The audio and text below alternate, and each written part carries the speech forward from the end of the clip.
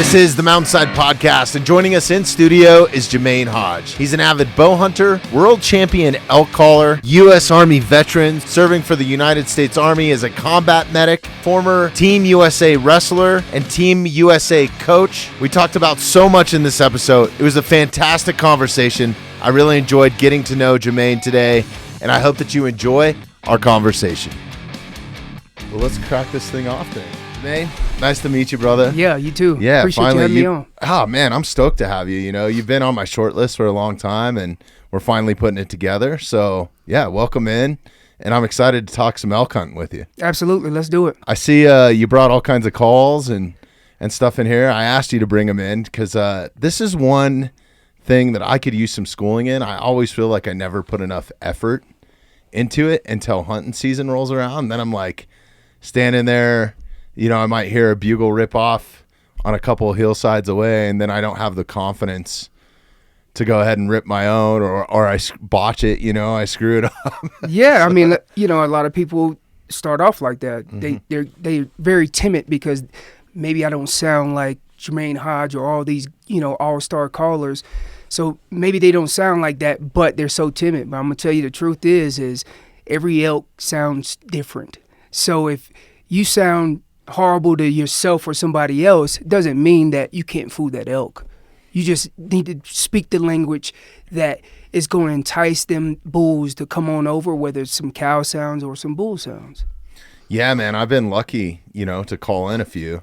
And a lot of times my luck has come from just cow calling. Yep. You know, and not really ripping the reeds and the tube out, you know. So I found that, you know, especially with, you know, since we're here in Colorado, I found that your OTC units, you know, that have a lot of pressure, just simple cow sounds, wins those units all day long. Because if you start sounding like boo-doo-doo-doo-doo-doo, them bulls start picking that up right away. But if you can crisp and clean up your cow sound, you can fool those satellite bulls that are hanging around that area. But a lot of times they come in quiet. Yeah, they do. I mean, I've had a couple instances too where I've just totally missed them coming in. Yep. Or blowing by them. Right. Really happens in, like, you know they're there, and that day they just don't want to say nothing, and you set up for a cold call sequence, and many times I've been caught with my pants down and not ready, and I'm making all these great cow sounds. And I'm like, well, they ain't coming in. And by the time you grab your stuff and you look, they're staring dead at you. And you would think, how in the world can something so big sneak in? And a lot of times they can, especially if there's no sticks or anything on the ground, you can't hear them snap. Man. They'll sneak in on you. Yeah, man. Especially those satellites, right? Because they're trained to be kind of sneaky, right? Like they don't want those bulls knowing, so they'll play the wind too. And I mean, they're smart animals, incredibly smart. Yes, especially your satellites. Yeah, because they're trying to sneak in and steal some of these ladies. Yeah, that's right. So, you know, several instances, multiple instances, honestly, over the years, I find myself calling in a lot of predators. Do you get that, or is it just me, or? No. Like the only times I've seen mountain lions in the wild is when I'm cow calling. Well, I can't say it happens all the time. Right. It does happen. I'll give you I know we're probably going to go down a million rabbit holes. Oh, yeah. It's all good, man. We got time. No. I apologize, but I got two particular instances that happened to me like that. I was calling for some buddies. These elk were down in this drainage, and the wind was super horrible. It was in our backs blowing down this drainage. I said we didn't have any other options but just to try. And those bulls were screaming coming up this draw. And we basically got in front of them. Wrong mistake anyways because the wind was blowing. But we didn't have time to adjust to these elk and get on their level at all. So I said, hey, set up. Let's see if we can make this happen. And maybe we'll get something that comes from a different angle. I was just hoping. Yeah. And I'm calling, and then all of a sudden the elk just stopped talking, period. I'm like, busted. They got our wind. So I was walking down, and when I was calling these elk, I was using calf and cow sounds. No bull sounds. I didn't want no other bull in that group because there was only 2 bulls really talking. I didn't want those other bulls knowing that I was up here. I just wanted to bring the ladies so maybe that they followed behind. Yeah. Because I know that was the prime time of rut, and I know those bulls were lagging behind, and they sounded a little further away than those cows. Well, I walked over to my buddies after they shut up, and I knew the gig was up. And by the time I about said 2 words, they were like, bear, bear, bear. I had called up a bear over the hill on us. And this bear snuck in on us. Anyways, long story short, we had to wave him off and whatnot. The other incident is, I shared this on Michael's Hunt Story podcast, is I got out of the truck that morning. I'm going to fast forward it through all the crazy stuff, but I got out of the truck that morning when it was light. I had to make sure it was light. Some scary stuff was happening to me that whole morning. And this is before I used to carry a sidearm with me. And I'm walking into this area we call Super Bowl. And as I get in there, I start making cow and calf sounds as I'm walking through all this thick stuff. So I kind of sound like another elk. The wind is perfectly in my favor. And as I'm walking 150, 200 yards through this stuff, lifting my legs off of this downfall stuff, something said, look up, you idiot. And I looked up, and this mountain lion was staring at me about 70 yards. And I was like, holy smoke. So I'm reaching in my back pocket trying to grab a knife or something because I'm not going to get off an arrow. So he was in front of you? Yeah, he was dead in front of me. Yeah. He couldn't smell me because the wind was perfectly in my face. But once he locked that I wasn't a calf or a cow, he was like, nope. And he turned and burnt. And I did the same thing. I was like, ain't no elk in here today. Yeah. But yeah, that's only 2 times that's ever happened to me that I know of. Who knows how many times? Well, that's the thing. Most of the times they're behind you, and you're not looking for elk up in the trees. I mean, these things tree too, and they're known to come out of trees and take out elk. Yep. Rambo style. Yeah. Yep. No, they are an elusive, just amazing creatures, man. Unbelievable. Yep. Just from an athletic standpoint, everything, man. It's such a cool animal. Yeah, it is. But frightening. Yes. Yeah, I freaked myself out. I think it was 2 seasons ago. Headed up a game trail, same sort of thing. Wind in my face. Cow calling. Just walking in. It's dark. First light just barely starts to crest. And I see, this was at dusk. I see just this long tail burn off through the woods. And I'm like, oh, shit, man. So I head up. I get to this wallow that I was sitting on, calling into there. Nothing's happening. No elk, no nothing. I start to hike out because it's dark, and I see eyes. I mean, big eyes. Yeah. Right? So I turned off my headlamp. I was just like, took a minute, caught my breath because I was like not breathing there for a minute, right? Caught my breath. I was like, okay, what do I do? Because obviously this lion's been sitting on me, for the better part of an hour, 2 hours. I don't know if it was the same cat. Maybe I called in a different one. Right. But I just saw it out of my peripheral, right? Enough to where I was like, God, what was that? But a long-ass tail. I mean, it's a telltale sign, right? Right. I wonder if that's the cliche saying behind that. But anyways, so now I'm like, shit, this thing, and this is probably a half a mile down the trail. So I'm thinking it circled back to stalk in on me, or maybe it's another cat. I don't know what it was. Maybe I just saw something that I didn't see, right? So then I had to walk probably in the good 4 miles back to camp. Wow. Yeah. So I'm going out, and I swear to God, I felt something grab the back of my pant leg, and I turned around screaming like there was nothing there, but just the mental psych out of that. And I do carry a sidearm, but I don't think I would be effective enough with it with a cat. Like, I don't think I could draw it. I don't put enough time into shooting it. I'm more accurate with my bow than I am my handgun. I've said this multiple times. Yeah, but you know what? And when the moment kicks in and you felt like you haven't practiced enough, the little practice that you have done is going to outweigh that bow by all means. Oh, yeah, 100%. If I got to empty the clip, I'm going to empty the clip. But going back to your story, when you have a evening like that or a morning or whatever the hunt is, it almost ruins the whole day. You're like, dude, that was scary. That's like next level scary. It lets you know you're alive. Yeah.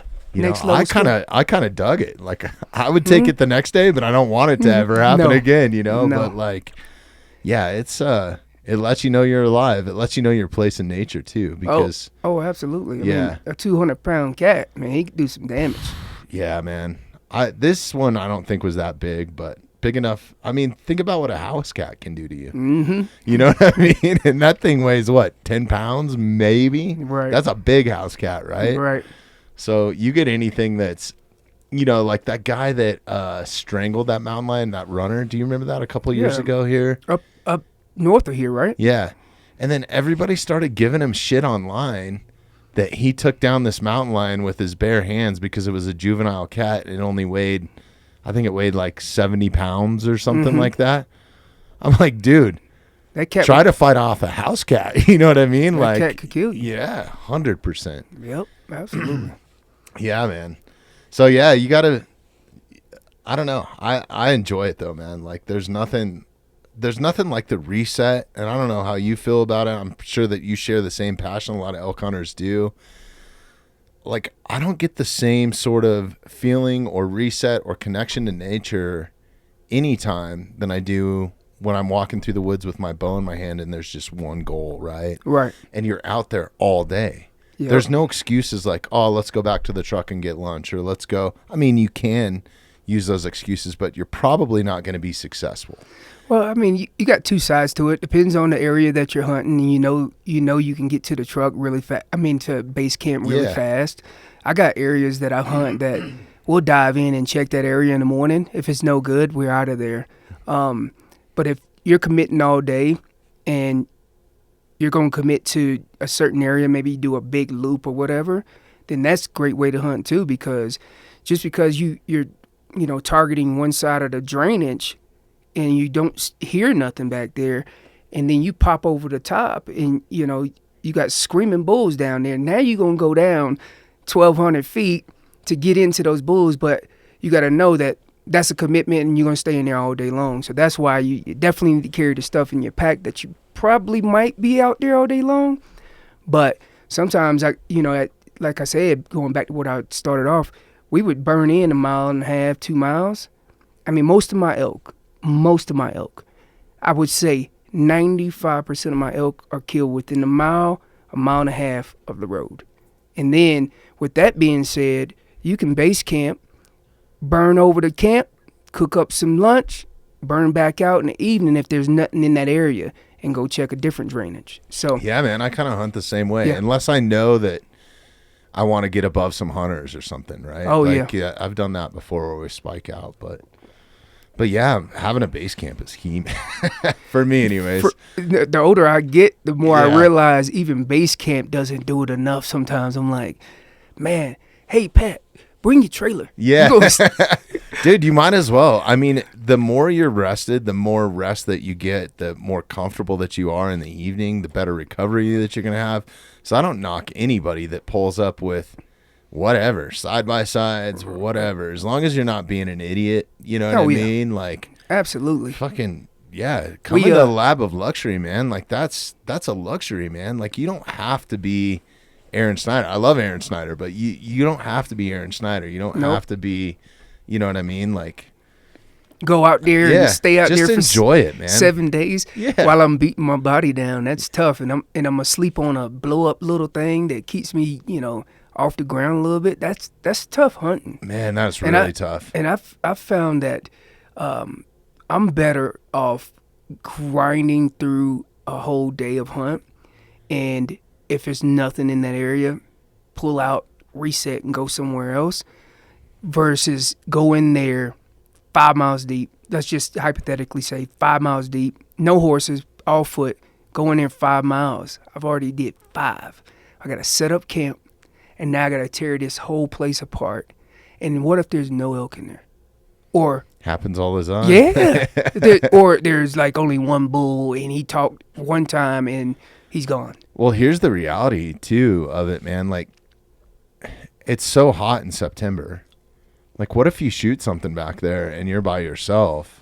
I mean, you better have a good goddamn plan to get that elk out or hike all night, or the meat's gonna spoil fast. Yeah, Fast. So you gotta keep that in perspective. I think a lot of new hunters don't, and just because I've run into guys that are like 7-8 miles deep, by themselves, and it's like, what's the plan? 75 degree weather. You know, and that's cooking. Yeah, that meat is spoiled real fast. Yeah.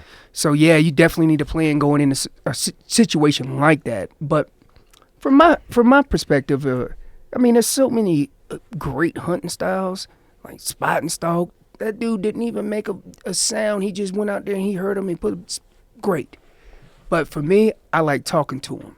Yeah. I like getting on it. It's like part of it for me. That majestic, like, I love living here. Yep. Because at night we open the windows, during the rut. And from, August 28th to October, mid-October, those elk are bugling like every night, man. They don't shut up here, man. Mm-hmm. They live on the golf course, you know what I mean? They're smart as fuck and they do whatever they want. So that's so awesome.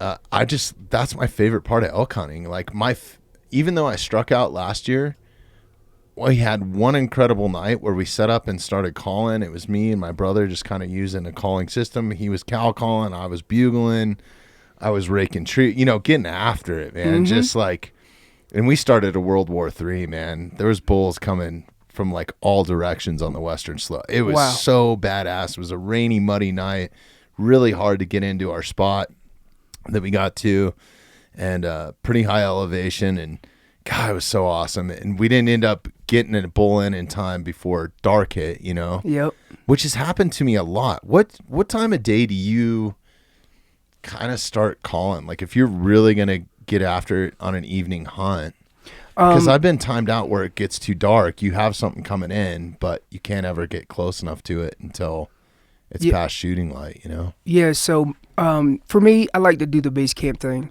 Mm-hmm. So, and then if there's no bulls in that particular drainage I'm working in the morning, I pull out, I go to base camp. And then in the evening, I'll start my hunt. Now, I'm talking that I went back to base camp. I'll leave camp right around 2:30, and that's because I might have a 30-minute drive. So I'll be to my walk-in spot at 3 o'clock, and I'm calling from the time that I walk in to where I think those bulls are through the whole night. Just talking, covering ground, talking, trying to get that one to sound off. And if they're not in there, I pull out. Go home, dark, go back to camp, rinse, repeat, look at my map, dissect my map. I've been in this area enough to know that these bulls are in here. That's a big thing of scouting, I think, too, right? Oh, huge. Yeah. Huge. You have to put all these pieces together, all of them. Like, if I walk in here 7 miles and there's no bulls, then you got to have another plan, right? Or you base camp and you cover ground using, your truck or your vehicle at some point, covering ground like that. Yeah, man. And then in the morning time, I'm talking right at first shooting light. I'm talking, trying to get these bulls to sound off. And if they already sounded off, I don't have to say anything. I just have to wait for light and get as close as I can. Well, and they can move so fast. So like in that certain scenario I was just explaining a few minutes ago, we had bulls coming in, like 3 different bulls coming into our calls, and it was just a violent night. It was awesome. Yep. We went back that next morning, same spot, started going back after it and didn't hear an elk. We saw a ton of sign. They ain't Couldn't too figure far out where they went. Yeah, it's crazy. I would have checked the next drainage over, the one over that one. They're there. We did for the next 4 days. Yeah, I would have ripped through all that. Yeah, it's crazy. How much does weather, you think, play into that too? Because I think, those next few days it started getting hot. Just kind of shut everything. Shut everything down. Well, this is it could be 2 factors to this, right? You could have just been at the right place at the right time, and there was a hot cow. It only took one hot cow. What time of the year was this? God, this would be, it was right after muzzle loader. So So it was that's the when second or third week. That's when the rut really kicking in. Right. So you could have just had 1 or 2 cows in that area that was hot, and they were on fire. But the next morning, she was hot for a few days, but the next morning she kind of drops off. And the bulls get quiet after that. She's telling them, nah, not right now, nah. And it starts... It's like a bar scene. Yeah, it shuts it down. It is. And it shuts it down. I'll give you a prime example of this that happened to me a few years back. And I was in an area, and I know there's elk all between each drainage. There's different elk everywhere. And on one side of the drainage, it was nothing. Couldn't get one bull to sound off. Then when I popped over the other side of the drainage, there was a bull talking. And every time I'd speak, he'd speak. But I noticed that he had cows with him. This is early September, like September 4th. He had probably 15 cows with him. He was probably a 330, 340 bull. That's awesome. Shooter bull in my book any day. Yeah. But so I got close to the herd, and I heard that extra scream. And I've only, my theory on that is they do that all year long, but they only do it for 2 specific reasons. And one is I've heard it early in like June on my trail cameras, and that's probably that lead cow yelling at those, other cows, get in line, we're going this way, kind of, pecking order. Boom, I'm the boss, let's go, follow me.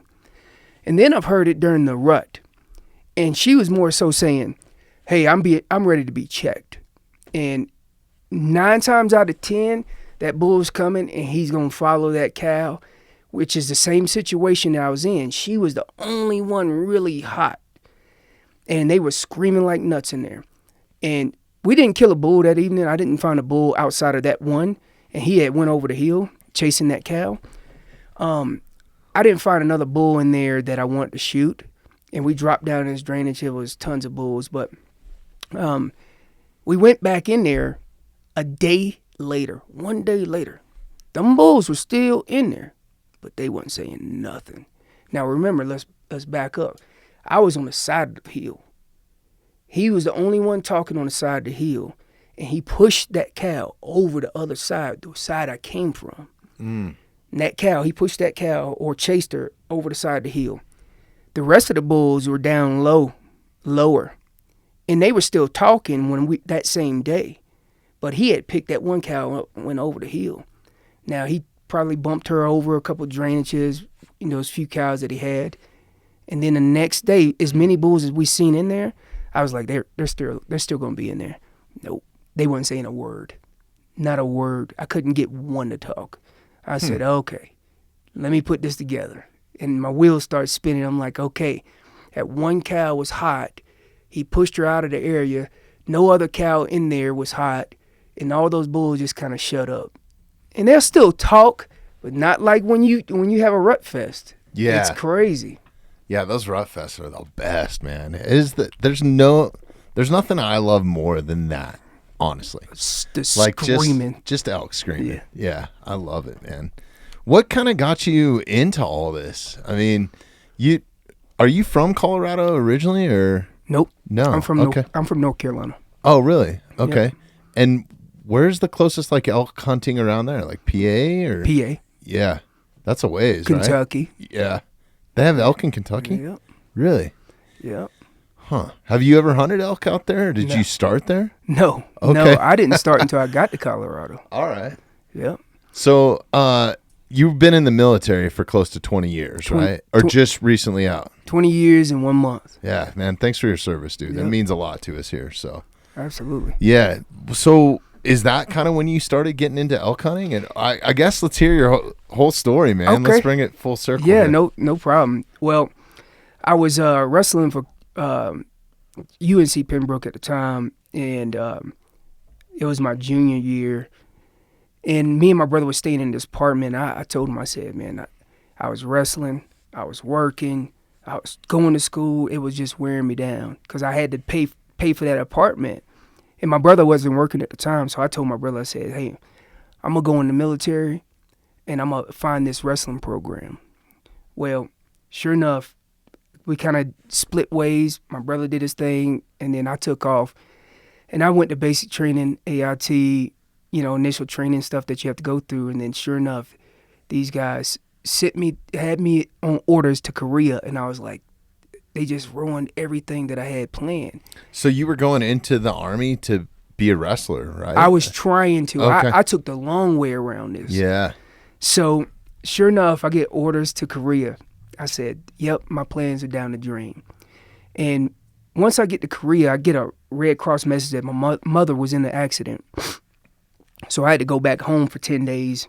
And when I came back, it was like a Thursday night, and Friday came up. And usually the first sergeant comes out with a big list of things that you to keep these soldiers out of trouble. Sure enough, he had, hey, there's a wrestling tournament in Camp Casey. I'm like, that's what I'm going to do this weekend. So I'm going to go and register this tournament and see what happens. So I take a couple other buddies with me that went to basic training at AIT with me. Went up there, wrestled in that tournament, whooped everybody up. Athletic director comes up. He's like, he said, hey, there's another tournament down south in Seoul next weekend. Love to see you there. I said, all right, I'll be there. Sure enough, I went down there. I entered two different weight classes because they didn't have enough in one weight class. So I went up like 2 or 3 weight classes in weight classes I shouldn't have been in. Right. And I won that one too. And then the athletic director said, who are you? And I just told him a little bit about myself and, my credentials. He said, because you were wrestling at a pretty high level before you went into the military, right? Yeah. So then he said, hey, this was back in the fax day. You got to fax everything over. He says, hey, give me all the information that you can, and I'm going to send it up with your all-army packet and see if we can get you on that team. Sure enough, 3 weeks later, I get called out to the front of formation. Hey, you've been accepted to all-army. Well, that's a sister program to the world-class athlete program. So usually back in the day, you probably find 1 or 2 diamonds in the rough. Well, I was one of those diamonds in the rough, at least me trying to work for it anyways. And when I got to Colorado, they put the expectations down, and I just made sure that I grinded. And probably 3 weeks into training, getting ready for high-level tournaments, U.S. Open, stuff like that, head coach, Coach Lewis, he said, hey, you want to be a part of this program? I said, that's why I'm here. I'm not here for all Army. I'm here to make this program. And sure enough, hey, you place top 8 at Nationals. Now it's even tougher. But you place top 8 at Nationals, we'll get you in WCAP. And sure enough, place top 8 at Nationals. And then You were there like multiple times too, right? Oh, yeah. So my very first year was like 8th. Barely made like, the cutoff here. And so then I had to go back to Korea, get my stuff, and then I got orders back to Colorado. So when I got here in Colorado, it was June 2005. So then it was just working, grind. I already knew I wanted to hunt. Like, all the wrestlers that did hunt already told me about all the elk hunting and stuff like that. Had you hunted before? Yes. Okay, yes, but cool. Not like this. Yeah. Not like different. this. So I missed the draw in 2005. It wasn't a big deal. And once I found out how to work the system and put in for all the application stuff, then 2006 I applied for this, what I would consider a very low odds unit, and very hard to hunt. Has some potential, but very hard to hunt this unit. And so I drew that tag, and sure enough, the first year applying, nice, because it didn't take no points to get that tag. Okay. So what I did is, from the time I knew that I was elk hunting, I was practicing, driving my wife insane, because I already knew that I'm in shape to, rip these mountains apart. What am I going to do to better my odds to bring this bull in close? So that's what got you into calling. Yes. And okay. And being successful, because everything that I do, I'm trying to win. And believe it or not, that is what drives great elk hunters. They don't have a quit in their body. They just keep going. And then, of course, being a little lucky too, right? right place at the right time. So I was practicing, boom, boom, driving my wife insane. And I could use a diaphragm at the time to make cow sounds, but I couldn't use a diaphragm to make a bull sound at that point. And, first year. And next thing you know, I said, well, I'm going to need something that is easy to bugle with. So I had one of those Primos Terminator. With the built-in reed? Yep. Yeah. I didn't do no chuckles with it. It was just a locator. And then I was going to move in, and I was really good at my open reeds and decent at my diaphragms, and I was going to move in and as close as I could and seal the deal with cow sounds. And it works. And I tell people all the time, you don't have to sound like a professional elk caller to be in the mix of these bulls every year and year out, because you just simply got on the horn with that Terminator or Easy Bugle that's out now and get them to locate, move in as close as you can, keeping the wind in your favor. And if you can't use diaphragms, grab you an open reed. Finish them with an open reed. It works. It works. Yeah. So that's kind of my philosophy too. And I was wondering, because there's a lot of guys that will just sit and bugle and will let the elk come to them. I guess it depends on the scenario. If you're set up in a really good spot, but I always tend to go after them a little bit, like pressure them, right? Yeah. I'm super aggressive. Yeah, I am too. Super aggressive. Sometimes to my fault, over aggressive. Yeah. And I don't care if I bump a bull or, because I was over aggressive. I know where to, kind of tone it down, because what I'm looking for is that bull that really wants to fight. He wants after it. But so the first year, going back to what I was saying, that's how I tackled this. And my wife was pregnant at the time, and she said, you need to be home every night. And I was like, what? And she's due soon. And I'm like, why did I have a baby in September? And so I did it every night. 2.5 hours home, 2.5 hours back. I did it every night. Early in the morning, I'd get up early in the morning, I'd go after it. So here it is. If I remember right, back in the day, season used to start that last weekend of August. Yeah, they keep cutting it down, man. It's crazy. Yeah. So they had it in August, and then it rolls over. So I think it was at that particular moment, don't quote me on this, I think it was the 28th, August 28th, the season started. So here we are, I'm into September 5th, and I found these elk. I found them. So I called up my buddy. I said, hey, man, I need an extra caller.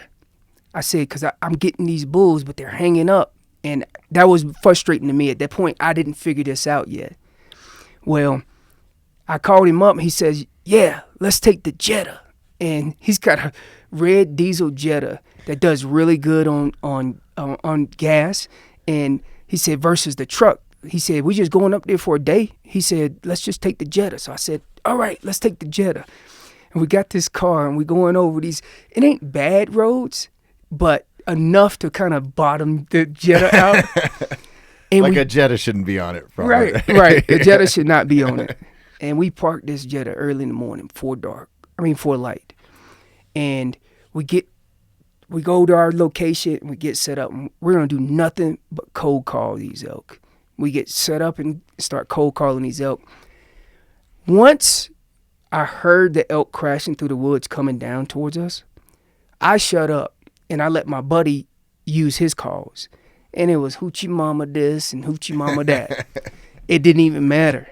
That bull, that satellite bull that I killed, was so interested in finding a cow, he came straight in at 40 yards and I smoked him. First bull, first year. And you guys are in the Jetta. And we're in the Jetta. We're in the Jetta, man. And you talking about bottoming out when we left. Yeah. We bottomed out. But hell yeah. That was like the spark of it. And then from year in and year out, I was finding myself to be successful. It's addictive, huh? Successful again. But then as you become seasoned and you start, being successful this year, now your standards start going even higher. Like this bull, I need this bull to be a 5x5. sometimes you don't have standards, you know. Last year when I was in Idaho, I was like, first legal bull, let's go. Mhm. First non-resident state that I've been to where I can kill one, get one under your belt first, and then start getting picky. But here in Colorado, I was doing it year after year. Well, once you've shot a couple, it's like the first time you Robin Hood an arrow, right? Mhm. Like you're super excited, like, oh my God, this is amazing. I can't believe I'm this accurate. When you start getting so accurate that you keep Robin Hood and arrows, you're like, damn, there goes $20. It's kind of the same with shooting a bull, because you don't realize how much work goes into it, and you get start thinking about where you're at, and that old man starts to kick in me a little bit. You know, I'll be 45 this year, so yeah, absolutely. I'm like, God, man, do I have it in me to get this sucker out? I tell buddies, listen, if we're gonna go back here and I'm taking you back here, and you got a tag in your pocket, you better not. And maybe there's a spike unit or something. Mm-hmm. You better not kill that spike back there 4 miles. I said, you're going to be packing that thing up by yourself. Yeah. Even though it's not that heavy, but still. Or going back there on either sex tag 4 miles and you kill a cow. I'm like, bro, you just made me work for this. Yeah. And so speaking on the standards thing, I'm like, Yeah. don't do it back there. If we go kill something like that, by the road. Let's do it. Let's do it close to the vehicle. Yeah, hell yeah. Man, that's awesome. So, I mean, just a true love and passion. I think you really do have to have a love or a passion to go through what you go through. Right. Being a backcountry elk, archery hunter is pretty grueling, right? Yeah, I think the only thing the success rate is super low, right? It's like 10% or something. It's crazy. Yeah. I think the only thing that really helped me out, honestly, is my wrestling background. Because if I wasn't, as fit as I was and being able to go to places that I can go, my success rate would be probably lower. I mean, just being honest with you, because some of them places that you have to go into, man, the downfall and stuff. You question it. Yeah. And then to do that day after day, 30 days straight. And everybody asks me, how many days do you take? I said, all of them. Every last day. And the reason being is because once my standards started going up a little bit, I had to have all 30 of those days because I don't know. It's a numbers game, man. If you only put in, and this isn't knocking anybody that does it, if that's the only time that you have because of work or constraints or whatever, man, if you can take a month, you just think about it from a numbers game. If you're only in there 4 or 5 days or 7 days, right, versus 30, and you're missing out on so many opportunities, man. And that's another thing too, is you're talking about practice. Like, that's huge. If I can get into some bulls almost every day, I'm learning something about what they're doing, what they're saying when they say it, what his reaction was to ours, or what her reaction was, and I'm learning. It's like looking at elk film for 9 hours, 10 hours a day. Yeah. Maybe you don't see any action, but you're learning something constantly. And I tell people all the time, if you get an opportunity to go with a buddy, that's learning. That's good for you. It's good for him too. He's got a tag in his pocket, but it's great for you too. And that's how you learn a lot. 100%. Let's stop boots on the ground, Yep. right? Yep. Like, yeah, that's huge. And not only that, just watching them, like, I think 90% of my success is me understanding animal behavior. And what really made me start to pick this up, I think, honestly, where I got really good at it, is one of my favorite things to do is take my cameras out and I have some long lenses and go shoot bulls in the rut. So like go up outside of Estes or even just around here, man. I can get up out of bed at 6 o'clock in the morning and be on bulls every morning, Right. Photographing them and stuff and watching them rut. It's just so cool. I'm that much of an alcoholic, I guess, is what all my photographer buddies call it. No, it's the truth. Like just spending time with those animals and anticipating where they're going to go, how they're going to move, what this bull likes to do this. And I mean, to the point where we start naming the bulls around here just so we can communicate in the morning. It's kind of a buddy system, like, oh yeah, King's over at the golf course, or split ear, is over at at Haiwan or whatever, right? So Right. like, and they all have kind of their own little different tolerances, behaviors. Some of them have larger anger issues. Yes. Yo, there's this one bull around here called the Terminator. This is kind of off subject. I'll have to show you a photo of this when we get off, man. Yeah. This dude has been shot, I think, twice, right? Like either an arrow or a bullet hole in him.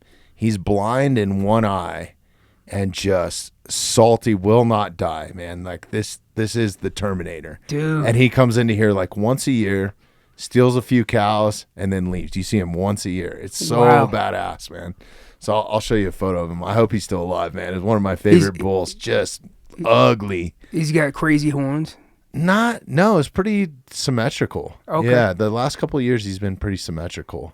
If he probably the year after he had got shot, it was wild, and then it went back to being normal. Because usually, And he is blind in one eye because I've snuck up. I'll use that to my advantage to Really? sneak up on him. Yeah, to photograph him. yeah, usually you'll get if the injury's on the right, his left horn will be all funky. Yeah. And then vice versa on the other side. And maybe, he had that funky year and then went back to normal. And then maybe had another funky year and went back to normal. Who knows? Yeah, it's But crazy. seeing There, those crazy horn animals, they usually injured themselves at some there's a point. few of them running around. There's some bad, I call them bad genes. I guess none of them are bad genes, but there's a few bulls running around here where one antler like grows down in front of their eye, man. It looks like so. That reminds me, the bull I killed the first year, I have to show you a picture of it. Mm-hmm. His horn goes out, and then he goes straight up, and he has a crow's foot at the top of his Really? crow's foot. And I thought it was unique, but only reason I really got him mounted is my first bull. I was like, heck yeah. I look at it now, I'm like, why'd you get him mounted? Yeah. That's awesome. No, that's cool, man. I love that. Just that they all kind of have their own characteristics. Oh, yeah. You know what I Yeah. mean? It's so cool. Same with voice that you was just saying. Like, they Yeah. all sound different. Yeah, no, they do. And I think that that's why I've been able to get away with what I do. I think I would love to put some more time into it and get some, legitimate training from a world champion at some point. Come on. Come on, let's go do we're it. going to have to tee that up, man. So I guess at what point did you start? So you moved to Colorado, you're wrestling, you're elk hunting when you can. Right. At what point did you start taking the calling so serious that you're like, I'm going to go compete for a world championship? Well, Because you multi-time world champ in elk calling, right? once. Once, okay. 2019 was when I won it. And then I moved to the professional division. And, I mean, there's so many good callers out there nowadays. That competition is stiff. Where is it and when does it happen? Well, they used to have it in Utah, but now they moved it to Montana, and it's at Big Sky with Total Archery Challenge. Oh, okay. And then they'll keep it there. They had it there last year and this year, but I think they have talks about moving it again. I'm not sure. We just have to stay updated. They usually don't update something like that, or I won't get a word on that until like January of next year. But I got to the point where I was chasing big mature bulls.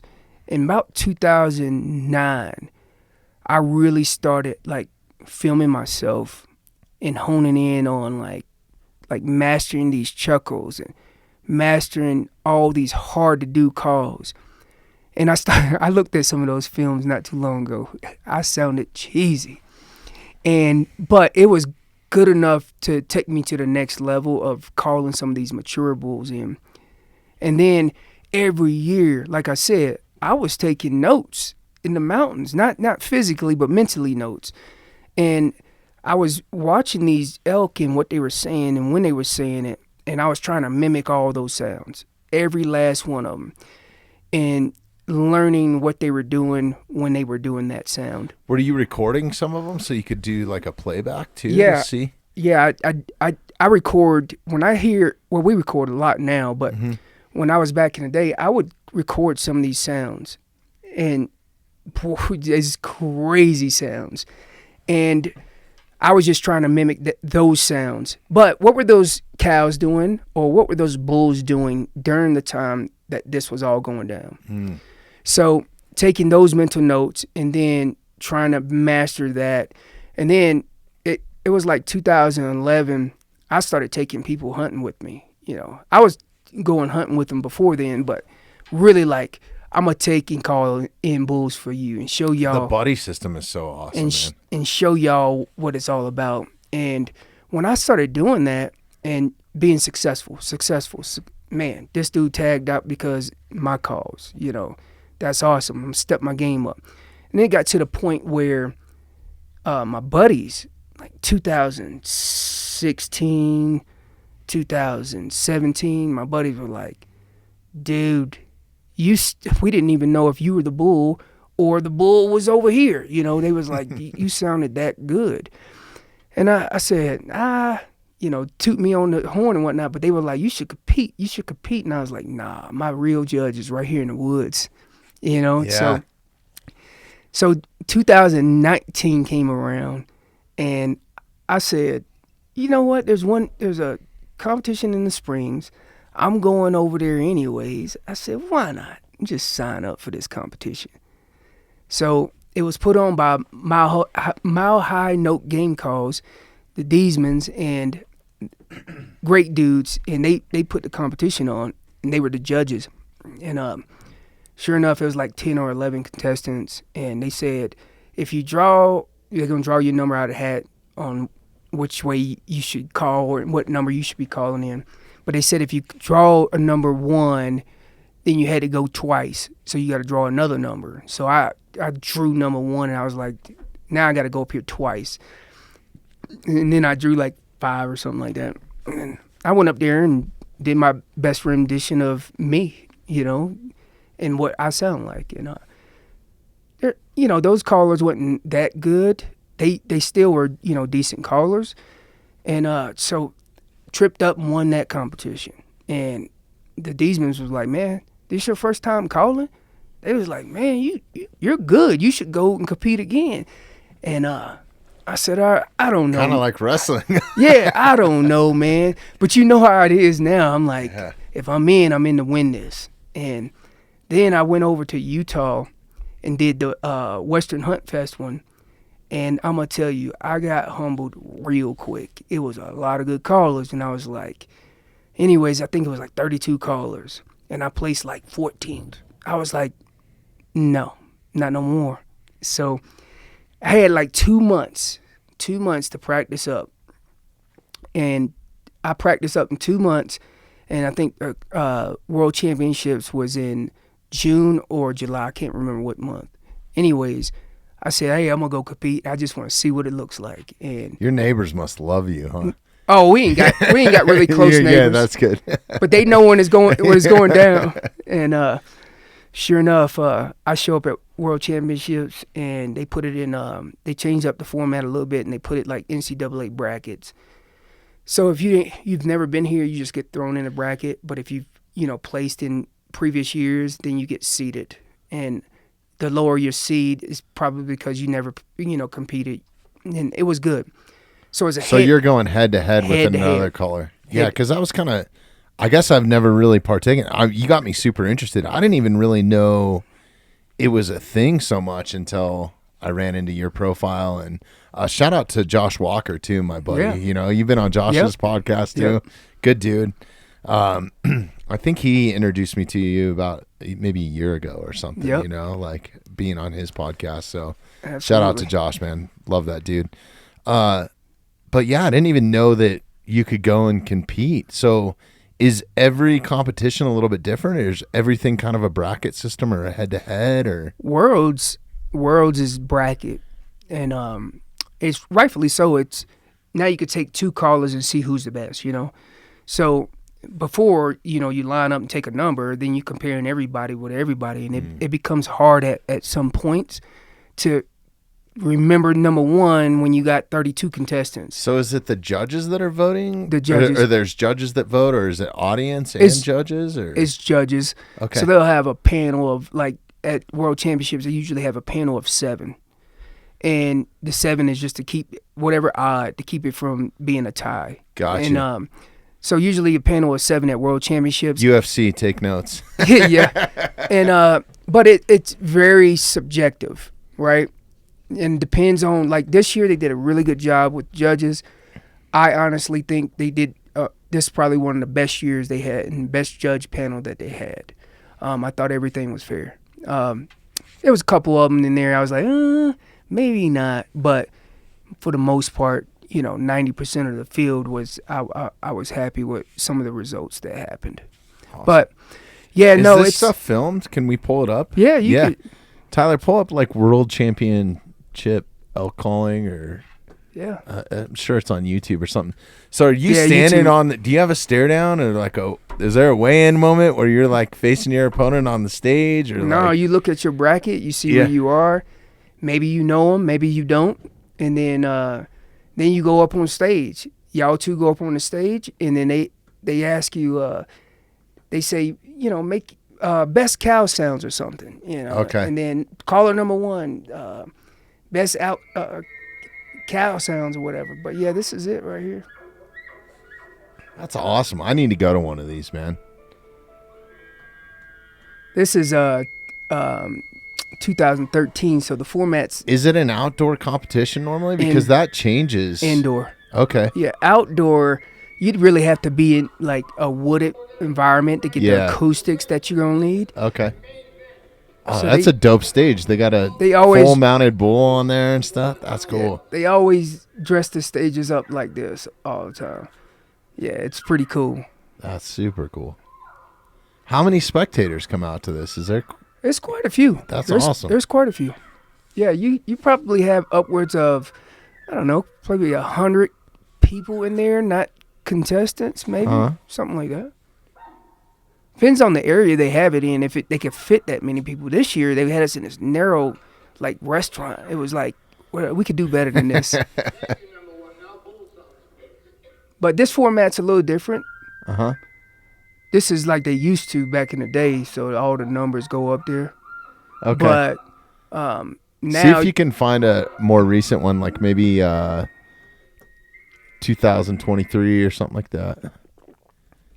Has it happened for this year already? Yeah. Okay. I don't know if it's online yet. Yeah.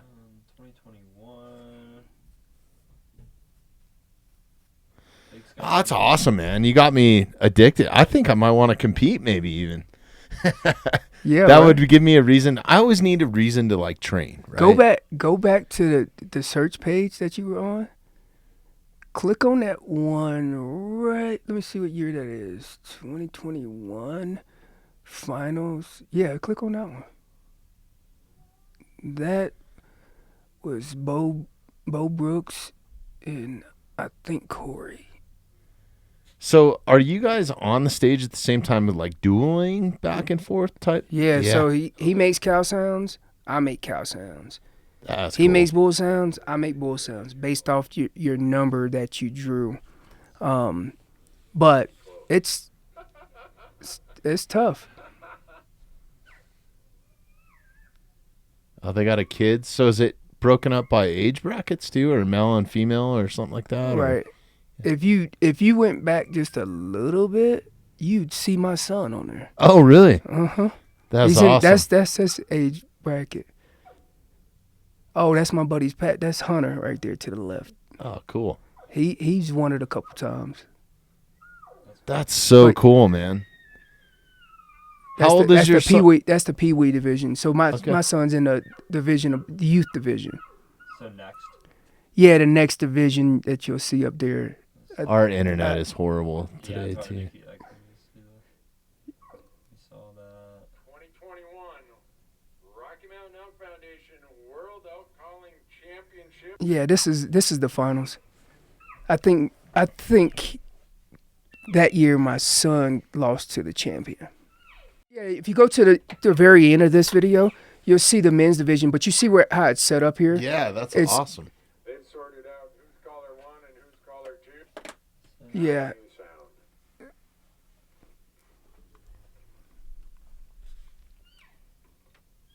Yeah, I got to get Elon's like Starlink up here or Yeah. something, man.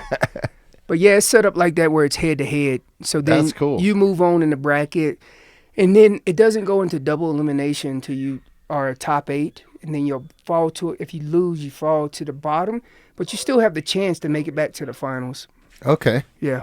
Super cool. We were talking a few minutes ago, and you brought up a really good point, and I know a lot of my friends, can you kill the volume on this? A lot of my friends that I bow hunt with, I come from a wrestling family. Like, it seems to correlate a lot with bow hunting, man. Like, do you know the Clums down Rocky Mountain Specialty Gear? Tom Clum. I might have ran into him a time or two. Yeah, awesome family. They all have, pretty high-level wrestling pedigrees. I think Tom Sr. and his boys, all wrestled at, I know his boys wrestled at D1 schools and stuff, Right. you know what I mean? So, like, and they're awesome bow hunters, man. Like, traditional, go out and stick some beautiful, 350-plus bulls. You go in there and look at their mounts and just an archery family that's Right. around that, I think, I don't know, there's just that kind of that correlation. Yeah, no, I think it's the grit and grime, that you got to put in during elk season. Mm-hmm. But the grit and grime on the wrestling side of things was so hard that the elk would seem a little easier. Like, it's still hard. Don't get me wrong. Yeah. But it's a different grind. And when you could do that day after day after day after day, trying to, throw a grown man on his head, then the grind that you could do in the elk woods is going to be somewhere way above a normal person's. That's my opinion. Yeah, mine too, for sure. And I feel like archery kind of goes hand in hand with wrestlers, because when I was wrestling, or even with archery more, like I never wrestled at a super high level, but, just out of high school. But it's kind of like that winner's mindset. Like, because it is a solo sport, archery is kind of the same way. Like, if I'm not confident when I shoot like shit. Right. If I'm confident and I know where I want my arrow to go and I'm looking at it and I'm driving that arrow there with my mind, it generally goes there. Right. But the moment that I slip up and start thinking about something else or get unconfident, Right. it kind of goes to shit. And that's kind of the same with elk hunting. Yep. Same way on the wrestling mat. Yeah. Like, you got to go in there and you got to know that I'm winning this. I got this. And you got to go out there yourself. Now, correlate that with bow hunting. I got to pull this bow back myself. Yeah. I got to execute this shot right way. So, yeah, and then you add the grind on that to go after an elk in some location that no one really wants to go. Yeah. No, that's huge. Yeah, I think, and then having something like all the tools, right? So whether it's from scouting, having a tree stand set up, whatever, right? But calling, Right, is one of the most effective things that I've found. And I think that I think if calling wasn't involved, I think that success rate would probably go down to like 2%. Oh, I swear, man. Without a doubt. Yeah. Without a doubt. It's insane. So, like, it makes so much sense that you would put that much time and effort into calling. And that's one spot where I dropped the ball. I've always been I guess I grew up around it. So I have been doing it for a long time, right? I was super fortunate that my uncles that were high-level wrestlers, I didn't grow up with a dad, but my uncles, they lived, breathed bow hunting, and they took me along from when I was 10 years old. And it's really where I learned, like, work ethic. Faced my first real adversity was in the backcountry, Right. elk hunting, that sort of thing, being around it. These guys loved calling so much that they would go out and call even if they weren't hunting. Right. Just to bugle in bulls, right? Right. And I think that that's where my kind of love and passion. So I have been around it. So I know enough to be, like, dangerous. But I think, God, man, you got me thinking I want to, like, take it to, like, the next level. Right. So this next portion of this podcast, if you have some more time to spend with us, Absolutely. I think we're an hour in right now. Yeah, we're good. Let's dissect some stuff, man. Let's really Okay. dive into kind of the calling. I want to learn, man. I want to learn, kind of how do you go in and set up? Because some of my philosophies are, man, there's so much to it, right? Like, I don't even really know how to begin. But I will start cow calling, and then maybe if I hear a bull, then I'll pull out the tube and get after him back. Or sometimes I'm just trying to locate a bull by ripping a bugle. Right. Well, let me back up, and Yeah. I want to cover something Yeah. that's super, super important to me, and I use this as an example to where you should be. Everybody pretty much at one point is going to get their heart checked, and it's going to be on an EKG. And on an EKG, you either have 3 lead, 15 lead, 13 lead. They have different leads. And then they all correlate with this rhythm, right? And this rhythm has to work together. In order for your heart to be in perfect condition, you have a rhythm. And so that cadence sequence. And I relate that to whether it's 3 categories or 5 categories. And all these categories have to work together. And calling being one of those categories. And if your calling sucks, then you need to work on your calling. But if your fitness is really good, keep your fitness where it is and devote some of the time that you was pouring into the fitness area, not taking away from it, just adding to that other category, which might be calling or whatever your category. You choose your category. Shooting, I think, is another big thing, right? Like that's definitely a daily repetition, man. It's definitely one of mine. Yeah. So, those categories are important. And if shooting is your worst category, then you need to work on your shooting. And so I just wanted to put that out there. And when I tackle this stuff, I know like calling now to me is so high in the category that I need to work on something that I'm a little less, better at. I mean, that's the truth. So my practicing now definitely changes. When I'm practicing for a competition, of course, that reps up because you can't make mistakes on the stage, but you can make mistakes in the woods. So just remember that. But when I first set up to do, let's say I'm just going into this area for the first time. My first sounds, I might have a little walk to get in there, but my first sounds are calf and cow sounds. Because you can't, once you bugle, you can't go back down on the Richter scale. You got to stay up there now. Or you got to move, right? Mm-hmm. And so if you go in there screaming at a bull that might be only 150 yards away, he might not like that. So I hit him with calf and cow sounds when I first start off. And then I escalate up mature cow sounds. And then I escalate up location, soft location sound. Location. And then soft, not overpowering. And I'm listening. And then I just pick it up the scale. If they're not in there, they don't sound off, I move. I cover ground.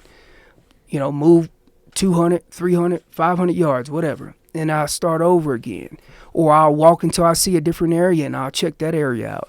And I'll rinse and repeat and do that throughout the duration of season. Now, throughout September, me personally, throughout September, I break it in 3 categories. And the categories are based off of what they're doing at the time. This is huge, yeah. At the time of this rut. So let me put it in perspective for you.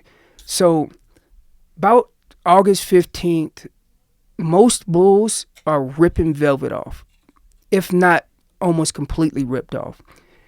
And then that testosterone is building, and they're still batching it up too. And then they start spreading out. And they not too far from each other, but they've been with each other all summer, and they know each other's voices. Without a doubt, they know each other's voices, especially that particular batch of group that I'm just using as an example. Then early September, season starts, right? September 2nd, I think it is. Mm-hmm. Archery season starts. So from the 2nd to about the 10th mark, I'm primarily using bull sounds. I use cow sounds, don't get me wrong. I start off with cow sounds, but majority of the bulls that I've killed in that first part of season, I've killed them bugling them in. They're mad and heated up. Now, I'm going to give you an example. You got some kids at school, 5 kids, let's say high school, And they've been hanging out with each other. They know each other's attitudes. They know each other's weaknesses. They know each other's voices. Without even looking at each other, they be, yep, that's Jermaine, right? Mm-hmm. But then you bring a new kid into the block. They don't know him. But he sounds like he wants to be a part of this crew. Or he sounds like he's angry. Why? Who is this kid? So I'm killing them with curiosity, but at the same time, I'm also provoking a fight, right? I don't know how many times you see it. New kid comes in, everything's It's all kosher. the shine. The girls are like, who is that? Everything's kosher, and the next thing you know, the other kids are getting a little mad, and then the fight breaks out, right? It happens the same way in the woods. If they're not cowed up already at that point. Don't get me wrong, I've been in the units where early September, I'm like, wow, these bulls have cows already. That happens. It is what it is. But when you still have that batch or group together, that's the group that I'm talking about. Yeah. They're easy to get on because they don't like new. You starting to move around, they starting to see other bulls and impede on their territory, they get a little angry, a little pissed. And then I've never really thought about it that way. It's a great yeah. So then about the 10th to 15th or 17th, you start getting more cow talks. And then you start listening to this. Some of these cows are really starting to come in the heat, and these big bulls already have some of these cows, and the rut's really picking up. Sometimes it fires off right away, but I'm just breaking September down. I use it based off of where I am and how I need to do this. Then you get more cow talks and more bull sounds. So cows are really talking and revving up, getting a little louder. The calves are talking to the moms, and then you start hearing the estrus scream, "Meh, meh." And she's telling that bull, I'm ready to be checked. And so you're mixing a blend of all these calls together. So I use the mix of both of them, right? Then you get that latter part of the season where the rut is full swing and it goes pretty much mid-October, maybe even late October, depending on the unit. They talk all year long, and I don't want y'all to get confused with this, but I'm just talking primarily during September. This is how I break September down. Then when they get towards the end of season, and it's super hard to get on this big herd bull, there's so many satellites that are out there that are just as big as those herd bulls. I start targeting more of those satellite bulls, and I hit them with cow sounds. I lay out, not saying that I don't use the bull sounds, I just don't use them as much. And I lay in the cow sounds. And I'm telling you, this recipe that I've laid out for myself has worked year in and year out. Now, I've had years where I've been into a unit, and I'm like, wow, these bulls early September already have cows. Tactics change a little bit, right? And I might start using the mid part of September's tactics on them, those bulls that are already cowed up, but not so much, full swing rut yet kind of thing. So I mix it up, but I laid that out for myself, and that has worked for me tremendous. So from day one of season, I'm still using cow sounds, but I'm not using them as much, and I'm still going to stay with the technique that I told you, calf and cow communications to start it off, because if that bull's only 150 yards away, I'm not screaming at him. I'm just going to tell him I'm over here. Yeah. And then I escalate up from that point. I know I went down a rabbit hole, but I just wanted to lay that. No, that's great, man. I think that's I've never really, I guess I've kind of known that in the back of my mind a little bit based on when I go in, but not really have put that much thought and effort into it. So that's a fucking great point, man. Yeah, incredible point. Yeah, and if you could break it down like that, then the only reason I really laid this out for myself is being out there 30 days and experiencing the change of these different animals during the different times of the month of September. And I'm talking about September primarily, but it carries over into October too. But October is more like the end of September, and you can utilize more cow sounds in October to kill those rifle bulls. Mm-hmm. Big bulls. I think one thing too that I wanted to ask you before I forget, and I don't want to diverge us. We'll roll into the next thing that you think is important in calling, and I'll kind of let you lead from here. But I'm gonna have a ton of questions along the way. My perception of distance with bulls bugling is sometimes skewed, man. It's messed up. Like, I've been in scenarios where I've been in a draw and my brother's been, higher than me, normally hunt with partners or whatever. And I'm like, did you hear me ripping bugles down there? And he's like, no, I didn't hear you at all, right? Or maybe I heard a bull over on this ridge. Was that you? Like kind of those sort of things. I haven't really been able to really gauge, unless I can physically see the bull sometimes, how close they are. So when you are hearing a bull rip a bugle, everybody still I still get messed up with this. But it's terrain variant. And I'm going to tell you that because just like the example that you just gave, you could just be over a knoll and I not hear you at all.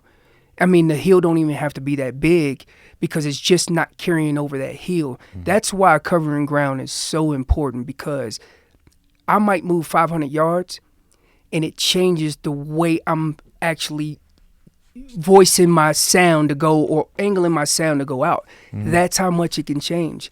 There's been instances where I call over one ridge, nothing. I move 500 yards, boom, he answers. Probably because he couldn't hear me, right? It's the same with us in our ears. That is huge, and everybody's going to have a trouble with this. I'm gonna go down this little rabbit hole real quick. Yeah, let's do it, man. We got nothing but time, so I burnt up this. I was chasing this one bull, and I have to say I only categorize bulls in two categories. You either want to make love or you want to fight. It ain't no other. It ain't no in between. Yeah. And love makers are usually the ones that's sitting on the outside of the herd bull trying to steal a cow, or he's got some cows, and every time you move in close to make a scene on him, he pushes those cows out of there because he wants to make love. He doesn't want to He doesn't want to fight. But then on the flip side of things, you get those bulls that want to fight. They just angry at the world for no reason.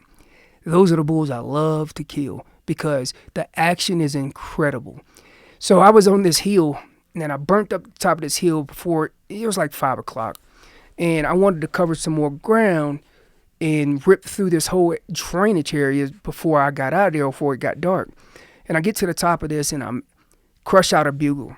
This bull erupts. He sounded like he was half a mile away.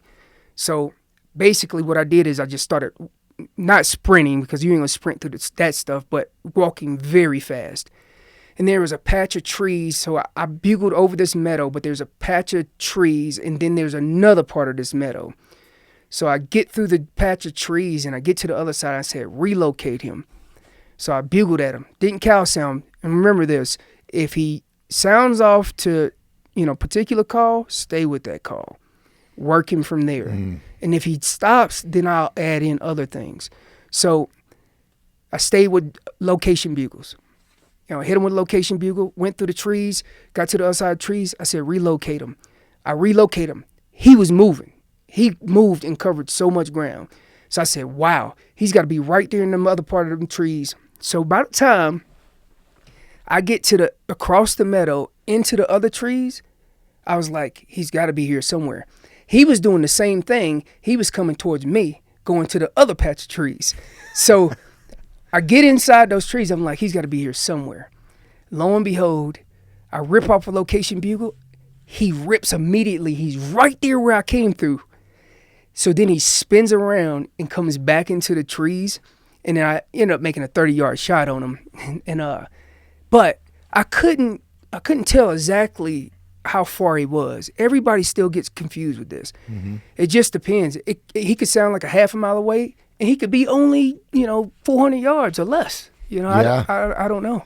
Do you ever anticipate, where you set up to do that initial call? So, some place where your bugle will carry further so you can resonate more, or do you try to tuck in someplace so it's not as obvious, or do you have kind of a method to that? Or no, Okay. If I see a good spot that I like to call in, I'm calling. And if it didn't work, it didn't work. I'm going to call regardless. And I tell you, I mean, I've heard a lot of people say, oh, he calls too much. I don't believe in that. Them elk talk all the time. So if that requires me to move a half a mile because I just don't think within that half a mile they would have heard me, then I'll move a half a mile. And some other, checking some other side of the drainage or something.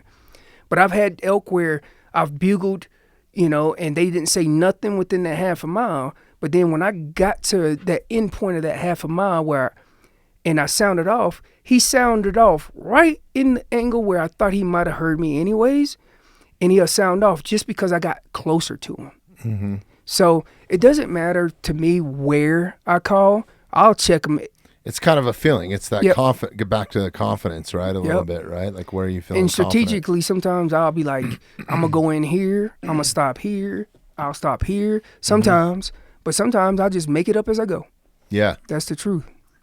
And then I guess once you get into a calling battle or an answer or something like that, do you take different approaches or methods? Because this is something that I still need to figure out quite a bit. And I've done different things, and it's kind of based on a feeling or confidence or like how vocal how much growl is behind that bugle maybe, or how aggressive I think it is.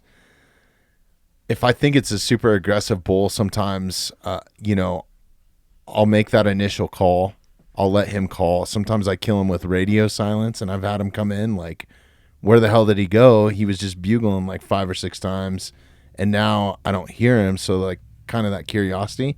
But then also I've turned around and I'll cut his bugle off with mine, like just because I've seen bulls do that naturally, when I'm out photographing them and stuff, and that seems to really piss them off sometimes too. Right. Yeah. So how do you kind of gauge like in between that call, or how much time are you leaving in between, or do you have a method to that? It's all, I tell it like this in every seminar that I've done. I'm taking that bull's temperature. That's all I'm doing. So if he answers to a location sound, I'm going to probably stay with location sound until he gives me radio silence, and then I'll probably pick it back up to something else. But I'm also listening to his tone. Is he just answering me? Woo, I'm over here. Woo, I'm over here. But sometimes you'll get that you'll get that non-aggressive sound and you'll move in. And then as you get closer, you find out this bull is getting mad that I'm getting closer to him. I'm taking that temperature. Or he didn't change no tone. What's he doing over there? And then you'll find out that maybe it's just not an aggressive bull and he has a couple cows. I'm always thinking outside. And of course, I'm always listening for cows too, but I'm always taking that temperature of that bull, and it's going to be based off of your judgment. Like his tone changed from the bottom to now he's got more growl at the top. He's getting pissed. And you can tell. He went from woo to rah. He's getting mad. You're getting real close. He's getting mad. This is probably going to happen here soon. Something's about to happen. Yeah. And when you get good at doing that, then that's when you can start targeting like those bigger bulls, because you can start pegging the where they talking. Am I really pissing him off enough?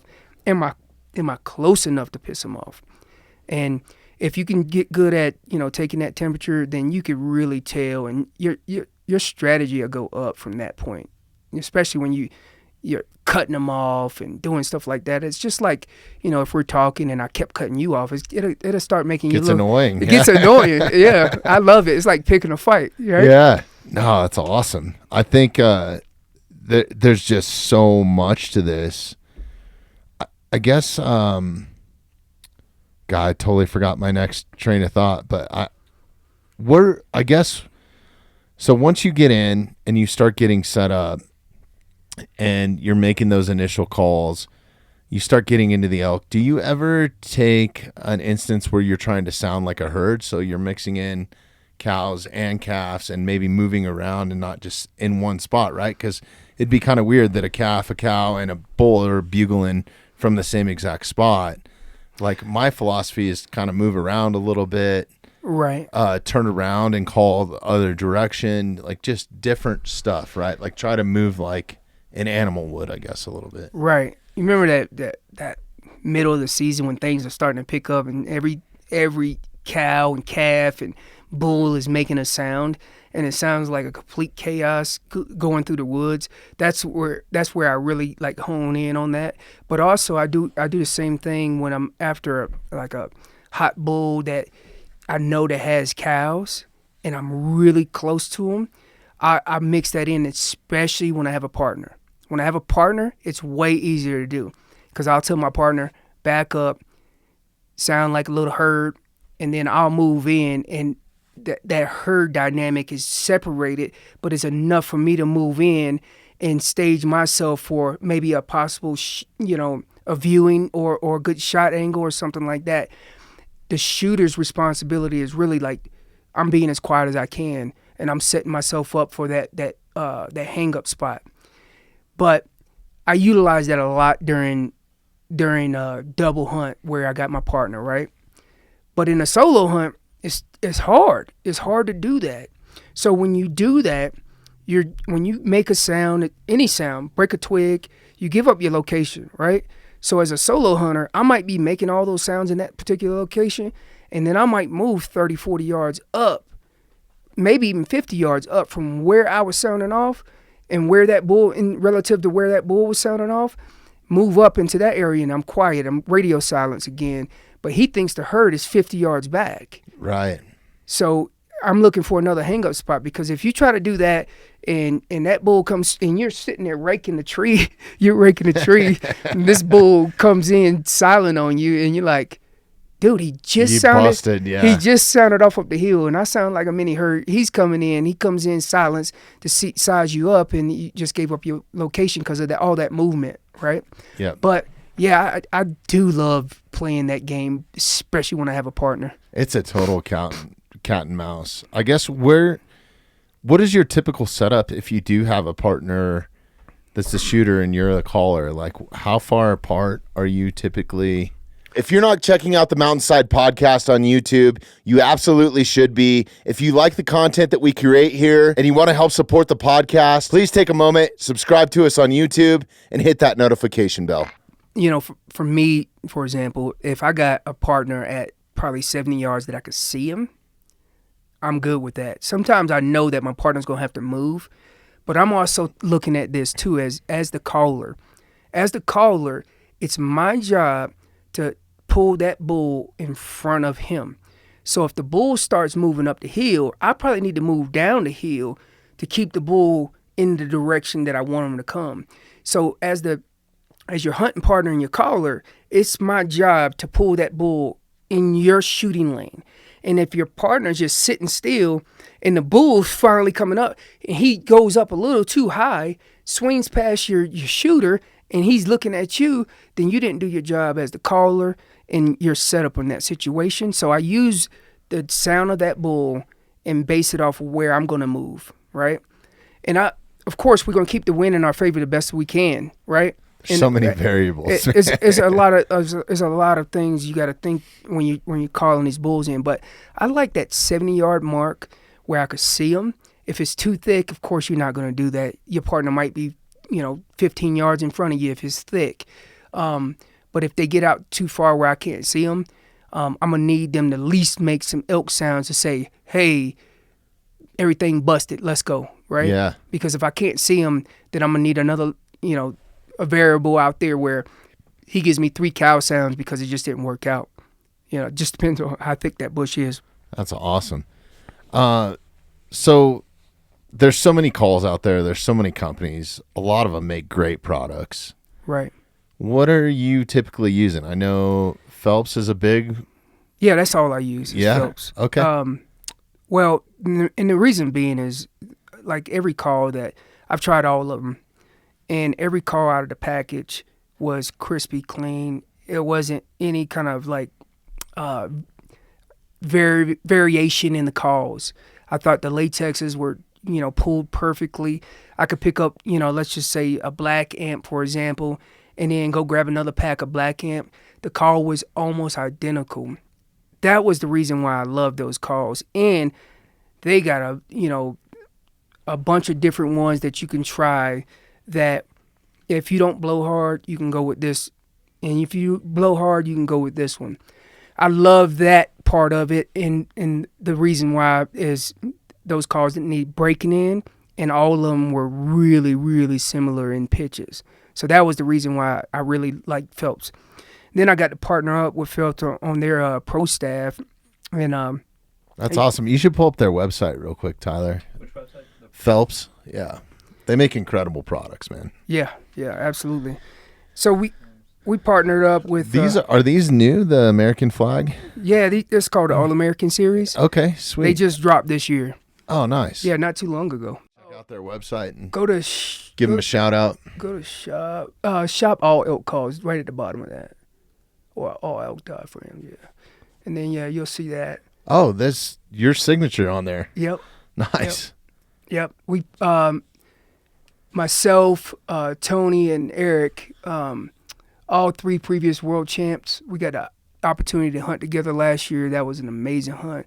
That film's actually on Phelps Game Calls YouTube website. It just launched a couple weeks ago. Oh, nice. Yeah, it's a good film. What's the name of the film? Band of Brothers. Okay. Yeah. Hell yeah. All military guys or former military No. guys? Okay. No, Yeah. just myself. Yeah.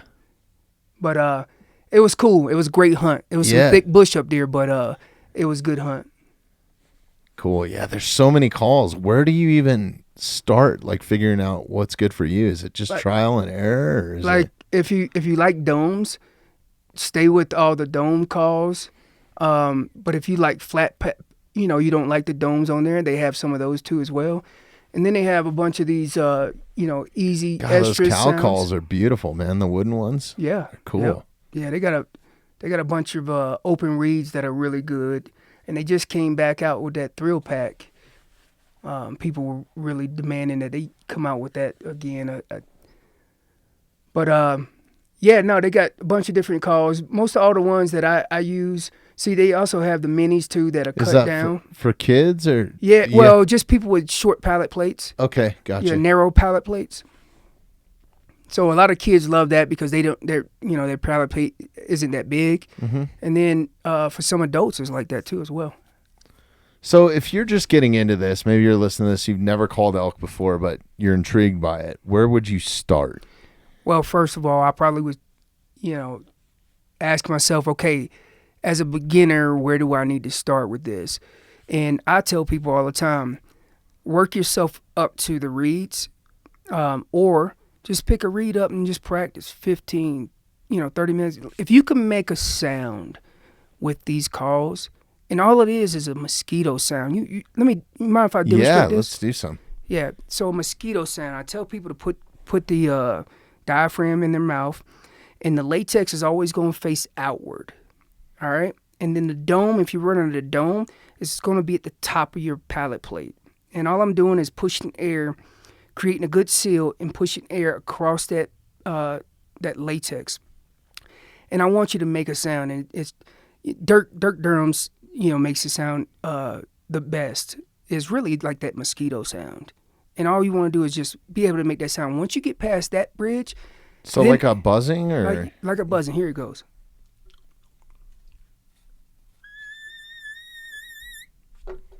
And that's me really like pushing air across it, pushing my tongue up, and I'm controlling that air pressure that's coming across it. Once I make that mosquito sound, then I just start cleaning it up to a calf sound.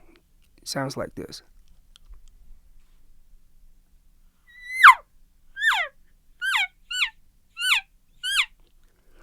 And that calf sound is shorter than that mature cow sound. Mm-hmm. And that baby don't stop talking.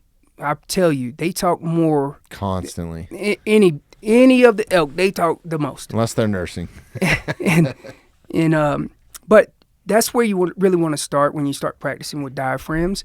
But if diaphragms are something that you can't use at all, they make this easy sucker, and they designed it almost like your mouth, the inside of your mouth.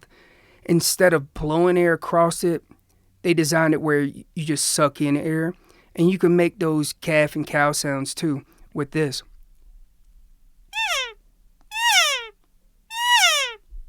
And you just suck in air. Okay. So if diaphragms are something that you just can't use, I would go with something like an easy sucker, because once again, all you really need to do is make a location bull sound. He, sounds off, and you move in and you kill him with love, right? I don't know any bull that doesn't want some love, especially during September. So if you can locate them, they make a easy bugler. Boom, locate them, and then move in with something. Is that where the reed's built into the tube? The reed's built into the tube. Okay, yep. And you hit them with that easy bugler, and then you got this easy sucker because you can't use a diaphragms or open reeds, and you make some cow sounds. Hope for the best, right? That's really like all dumbed down in one. You could do this. Now, if you're really good at open reeds, I tell people, I say this: open reeds. I started off with open reeds, and I've killed a lot of bulls with open reeds because something about that raspy sound that thing can make. But I'll demonstrate this acrylic one. Mm-hmm.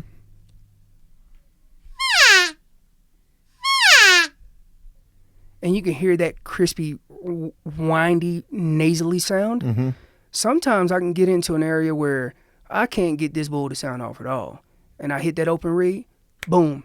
It happened to us last year in Idaho. We threw the kitchen sink at this bull. Wouldn't sound off at all. And we was just locating to see if there's anything in there. And then I said, before we leave here, I'm going to hit this open reed. And I hit the open reed and boom, bull sounds off. I said, he ain't want nothing else. So we threw the kitchen sink at him again. Not an answer. Hit the open reed, boom, he answered. So I knew what we were going to do when we went in there. We were just going to use our open reeds, and that's exactly what we did. So whatever they respond to stick with it. He just, I don't know, he liked that little raspy sound at the end, and he was in there. We got on that bull, and we called him in really close, but it was so thick we couldn't even make a shot on that bull. So, but back to what I was saying, yeah, if you just take one of these tools, one of these calls, and devote your time to 15, 20 minutes. Hey, diaphragms where I want to learn. I want to learn diaphragms. Grab you one of the lighter latex ones. I like the diaphragms because they're hands-free almost. Yeah, at a point. You typically have a bow and maybe you have to knock an arrow or get your release. I mean, there's so many variables, right? Right. Yeah, hands-free is huge. Yeah. Especially when you're archery elk hunting. But taking the time and finishing, really practicing these calls and find out what you like the best and stick with it, because obviously you like it and it's working for you. So don't change what's good. Yeah. And but if I had to start off somewhere, just depends. I would start probably with the beginner's pack of the diaphragms and see where you are in the beginner's pack, right? And the beginner pack has the black, green, and gray amp in there. And if you tend to blow that gray amp, but you're blowing it out, then step it up to your signature series. And these new All-American calls are right in line with those signature series. And then you have Dirk's Maverick call, that's in the 3-pack. You have Phelps Pink call, that's in the 3-pack. And you have Charlie's call, which is in the it's purple, and it's in that signature series. And then you also have the All-American series, which is, me, Tony, and Eric. So when you say blowing it out, like you're blowing the diaphragm so hard that it starts to make like kind of a... Not the sounds that you're looking for. Yeah. Not the sounds that you're looking for. And a lot of times, if you look at the latex, when you first get it, the latex seems nice, crispy. It's got the right curvature to it. And as you're working this call, you'll start seeing bubbles, not bubbles, like little waves in it. You might not be getting the same sounds that you originally were getting with that call. And I will tell you this, I think the signature series, you rip like a few bugles through them and they break over perfectly for you. The same with the signature series, rip a few bugles through them and then they sound like money. But as soon as you start getting that little wavy motion into that latex, I find it sometimes that it breaks over on you and then you're not making the same sounds. You could make great cow sounds, and then when you get up to those higher notes of those bull sounds, you just can't make that drop off or that crispy end to it. Mm-hmm. So do you just replace the diaphragm at that point? I put it in my not my trash pile, but my cow call sounds. Okay, put it in gotcha. my pile, and then once it's totally done, of course I'll go and get another. I saw some of the. I need to pick up one of those organizers that they got. Those are pretty cool. Yeah, they are. They're pretty good. Yeah, that's awesome. Yep. Yeah, I'm always normally fumbling with the pack or something, or a little plastic bag or something. Yeah. BS. Yeah, those are cool. This next question is going to be tough because it's dependent on unit, how many hunters, if it's OTC. Do you ever get into a scenario where you feel like people are calling too much or that I know that it impacts the elk to where they'll stop talking a little bit. Right. Right. If they're starting to hear all of this human interference, right? If they know there's danger out there, they're going to quiet up a little bit. Well, in those OTC units where you might have, 1,000 hunters in that area, it affects them a lot. The pressure alone affects them. And I think that it's more so that the pressure affects those elk versus the sounds that those people are making, right? You got a couple different factors there. But I will tell you this, in an OTC unit, those bulls still will talk. And in those units that have lots of hunters, is more important that my calls sound realistic as possible versus the guy that's only been doing this for 2 years and he could do a location bugle and do a okay cow sound. I'm going to have more opportunity than he does because mine sounds realistic. And those bulls in those units that get a lot of pressure, they could tell a human from a normal cow, right? And after they've been taught year in and year out, they become accustomed to it, right? Okay, here we go, Doug Flutie out here. They're not dumb. No, they're not. They're not dumb. But what's crazy is their unique ability to recognize what might be realistic or not versus us being out in the woods and being able to recognize what's realistic and what's not. Because I've been fooled a time or two that a bull sounds just like a human and he come in screaming and you're like, okay, plans change, that's a bull. And right. But at a distance, I've had that happen to me too. But I'm like, listen to this guy. Yeah, I'm like, dude, I'm trying to run away from him, and next thing you know, he's covering a lot more ground than a human can, and I'm like, light bulb goes off. That's a bull, right? But going back to what I was saying is, yeah, I think in those over-the-counter units, even though you get a lot of human pressure, if your calls sound realistic, you will have opportunities. Use it to your advantage. Right. Yeah. Right. Absolutely. Cool. All right. So I guess that there's different ways to kind of go about setting up the call. And I may have already asked this, so just stop me if I did. But like to set up the initial, if you hear World War III going on, to set up the initial or stake your ground, how do you kind of go into that scenario? So you already got bulls screaming, right? So say it's first light, right, and the bulls are going off in the morning. You roll out of your tent. You should pull this video. Okay, it's gonna show this really good. Okay, go to Phelps Game Calls their YouTube page. Yeah, this is a great example. I love this because it happens, right? So I got my buddy Pat, who's not a very seasoned elk caller. I mean, elk hunter. Mm-hmm. He's a great caller, elk hunter. 2-time world champ, actually. Really? Yep. And just then he just was into calling before he was into hunting? Well, no, he wasn't really a caller, and then he started hunting with me, and then and then I started teaching him the best of my knowledge, and then he took off and won 2 world championships. That's awesome. Yeah, go to videos, and then scroll down, and you'll see, there it is, that video right there.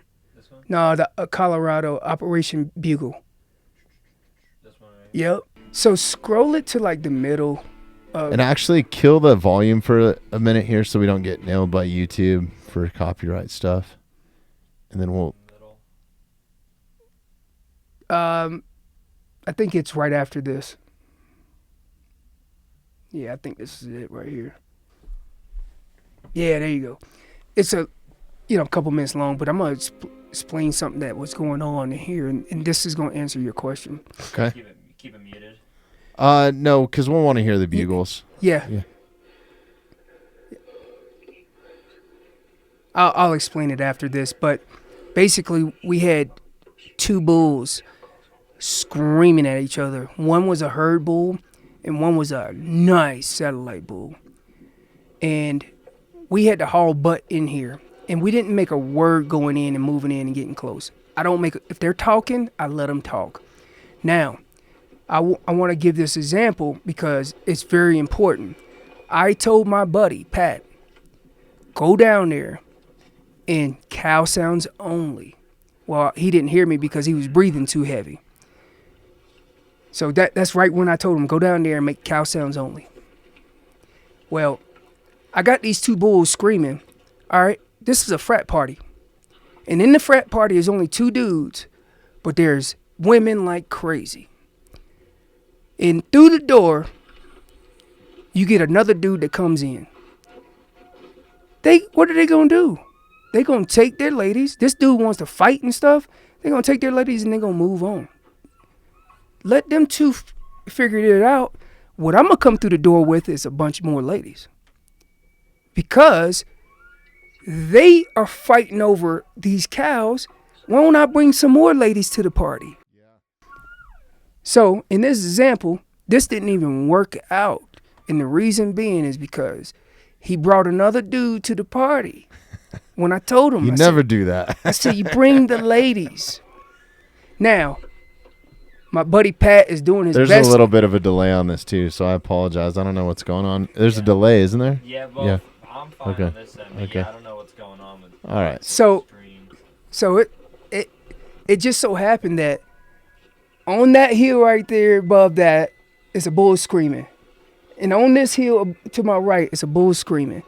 We're not even 160 yards from these bulls. I'm bringing the ladies. I'm not going to bring another bull. Now, if they won't answer the ladies, then maybe I'll pick it up. But in this scenario, I moved in close, kill them with the ladies. It's getting towards that late part of that September. Mm-hmm. Rock and roll with the ladies. It's a rut fest going on over there. Give them what they want. Yeah. They want to hear the ladies, and they're going to come in, and whether it's a satellite bull or maybe that satellite bull up the hill, he's like, dude, there's so many ladies down there, I got to go check them out. Right? Or another decent satellite bull. So in this scenario, I wanted him to do nothing but cow sounds, but it didn't work out because, he started off a little too heavy. Gotcha. You know what I'm saying? No, that makes a lot of sense. And they didn't even know we were there. The wind was good. It was in our favor, blowing down the hill. None of those bulls knew we were there. And then all of a sudden, we introduced another dude that they didn't even hear this guy yet. They've been bugling. They might have been bugling all night long. And then this dude shows up bugling. I just entered a new dude to the fight. Now they like, hey, there's too many dudes around here. I'm going to take my ladies and move on. That's kind of what happened in this scenario. Mm-hmm. And then I went back and told my buddy, I said, if you'd have just said cow sounds, I think we would have pulled at least that satellite, big satellite. He was about a 330 bull. You could see that one bull sitting at the top. Yeah. Yeah, he's sitting there and he's screaming at the other bull. And then next thing you know, he dives over the hill after his ladies. So it didn't work out. But we got on that bull a little later, and we got it within 60 yards. That bull was a big 360 bull. And I'm going to tell you right now, if he had stopped in my lane, I would have had a shot when I got, further in the day.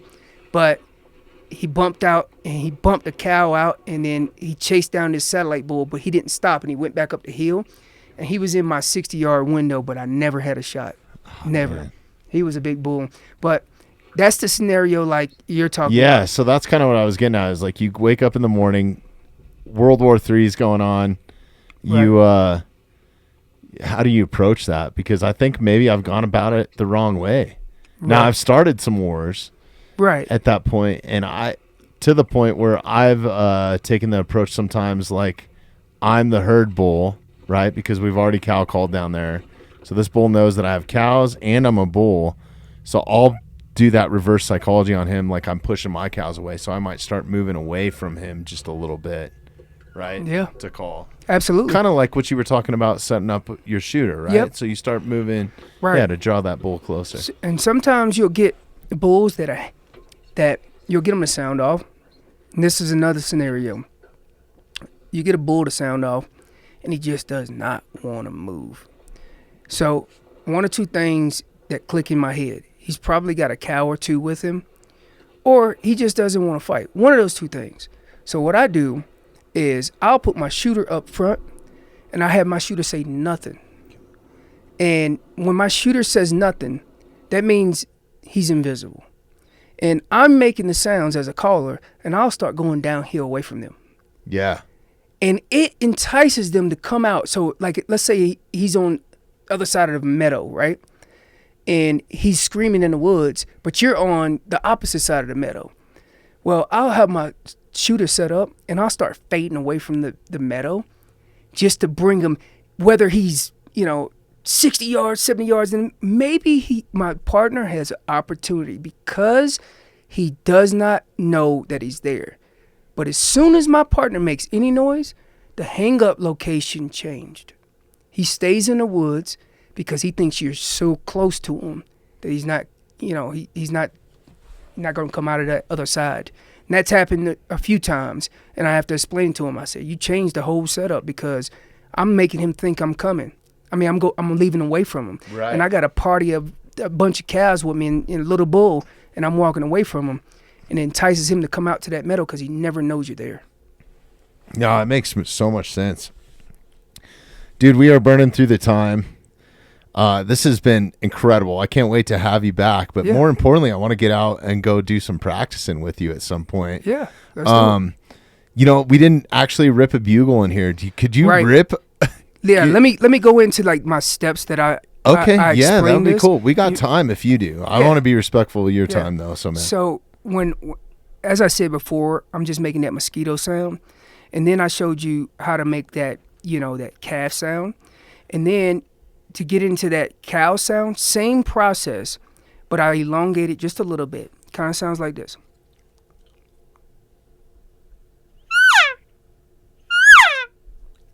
Now, every sound that an elk makes derives from a cow sound.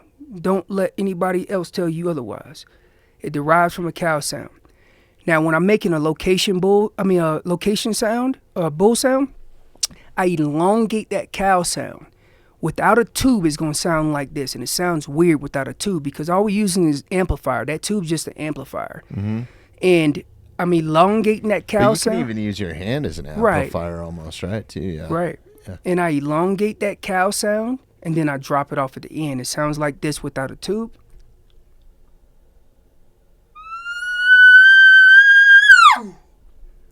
And I drop it off at the end.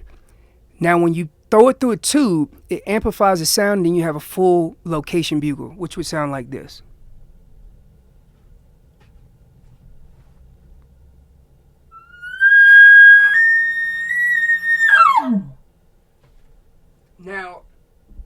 Now I add voice into the end, and that's that unique like emotion that I'm adding. Hey, where are you at? It just adds a little bit realism to it. You know what I'm saying? Yeah, I guess I've never really thought about it. What are you kind of saying? Are you mentally saying that and then translating that into the read, or how? No. Okay. I'm doing a location bugle, and I'm only basing it off of what I've heard in the wild, right? Gotcha. Yeah. So that bull could be on the other side of the ridge, and I could be on the opposite side.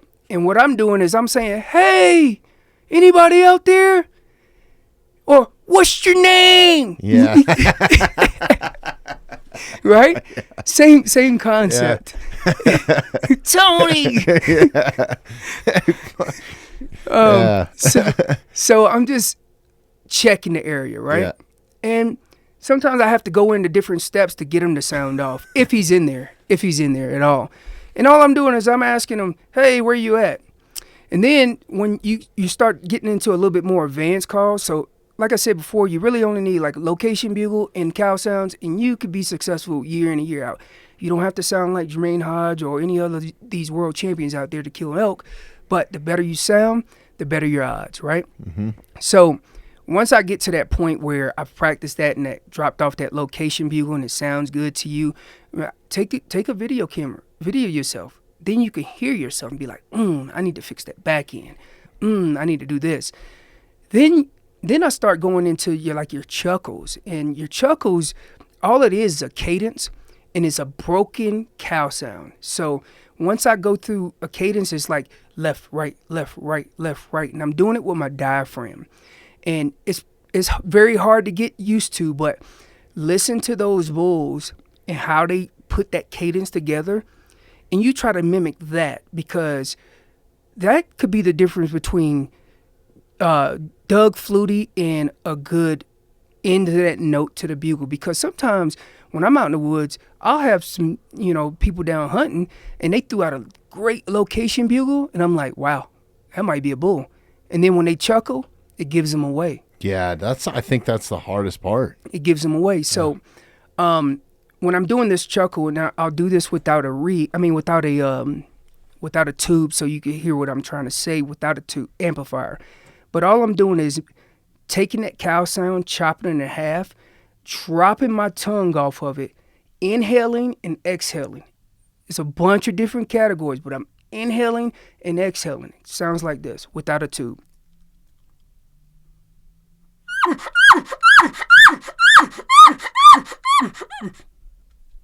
And I like to fade mine off a little bit. Mm-hmm. Or you could stop completely. It really doesn't matter. But when you amplify it through the tube, it sounds so much better, right? Yeah. So right here.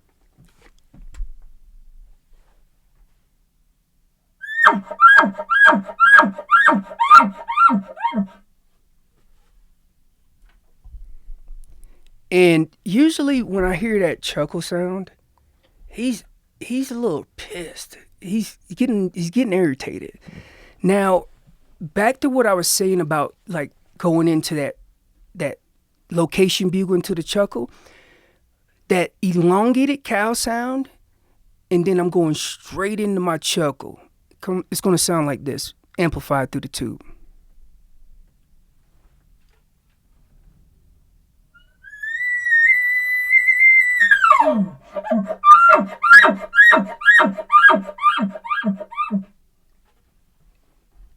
And I'm trying to make this as real as possible. Yeah, it sounds freaking amazing. My mouth was so moist it kind of broke over a little bit, but once again, you don't have to be perfect out there in the woods. You just have to sound. Not elk are perfect, man. You just have to sound realistic, and then you could add your grunts, and your grunts are a little elongated, right? So instead of is left, right, left, right, left, right, what I was just doing as a chuckle, I just elongate that sound. A little bit longer, drop it off. A little bit longer, drop it off. The cadence is a little further away. It sounds like this through the tube.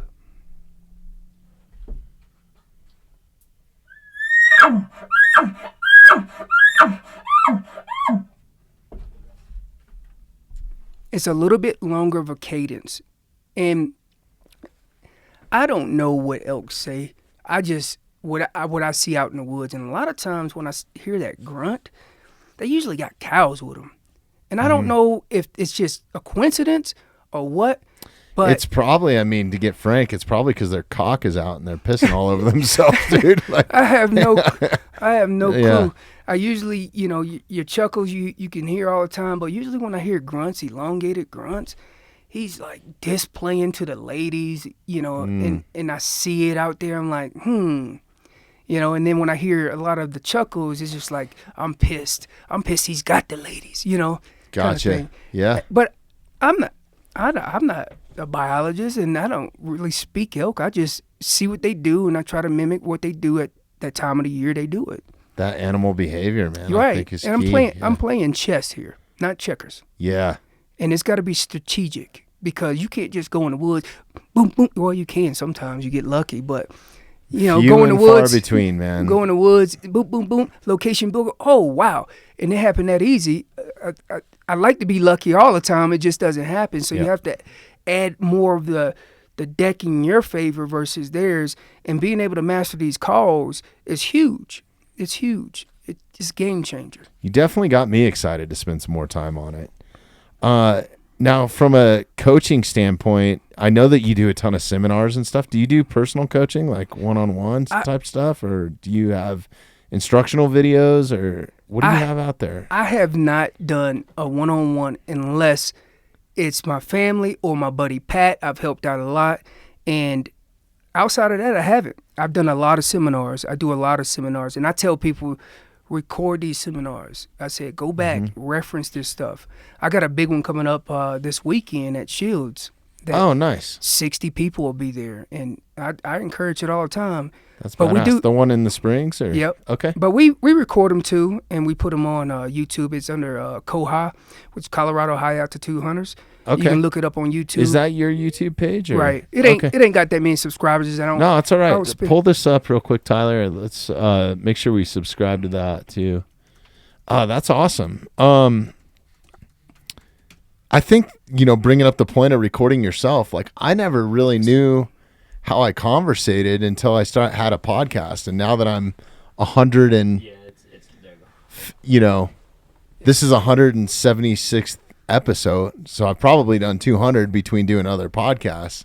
Like I've gotten better at it. Right. So I think recording yourself and like listening to how you talk. Right. That's one of the huge. seminars right there. That was at Shields in 2022. Okay. Awesome. Yeah, we try to do. That's so cool that this is available for free too, man. It's like there's so not much in this world that's free nowadays. So you're exactly right. It's super cool. Yeah, but also speaking of calling year round, last year we had a movie drop. I mean, was it last year? Yeah, it was last year, December sometime frame. I did a film with my buddy Will Cooper during second season rifle. I go to the woods with my bugle tube every time because they will talk. If they're in the right mood, they'll talk. And in second season, second season, OTC, and I had two of them talking, and that's how we kind of found that herd. Of course, we spotted them, but then I bugled at them, and they bugled back. So that's awesome. Just make sure you carry your tubes with you no matter what season, because I've had them bugle in fourth season too as well. So. It just ain't like September. The car or the truck is a great place to practice, man. Going down the highway. Right. Yeah. That's where I get most of mine in, so I'm not pissing off. So it's Colorado High Altitude Hunters on YouTube. Definitely subscribe to that. Subscribe to Phelps if you want to see some awesome footage of Jermaine out there hunting and calling in elk. That's super cool. I have actually watched the one on the Phelps channel, but I didn't know you had your own. Competitions on there too. Yeah, some of it. Yep. Yeah, that's awesome. Yeah. And then as far as events, so if somebody did want to take some lessons from you, what's the best way? Come to one of the seminars or one of the events? Yeah, just DM me on IG or hit me up on Facebook if that's your thing, and then ask me what my schedule is for this year's pretty much wrapped up. I have the Shields one. You're doing the Colorado Outdoorsman's Days too, right? In a couple weeks. I think I'm going to be down there too to help support CRWM. So. My last ones are this Shield Saturday, the 20th, and then I have nothing. I don't think I have anything for the rest of July, and then August 8th, I'll be at the Bass Pro Shop in Colorado Springs putting on a seminar, and then the 9th and 10th, I'll be down in Florence, Colorado, putting on a seminar down in there. That's going to be an awesome event, too. I think Cameron Haynes is showing up. Mm-hmm. Derek Wolf's going to be there. All the proceeds are going to Coloradans for Responsible Wildlife Management. Great organization. We've had Dan Gates in here a couple times. We actually are due to get him back with everything that's going on with the mountain lion hunt ban and stuff. So if you live in Colorado, even if you don't live in Colorado, man, try to make it out to that event. It supports a great cause. A lot of it's free. There's a ton of stuff for kids.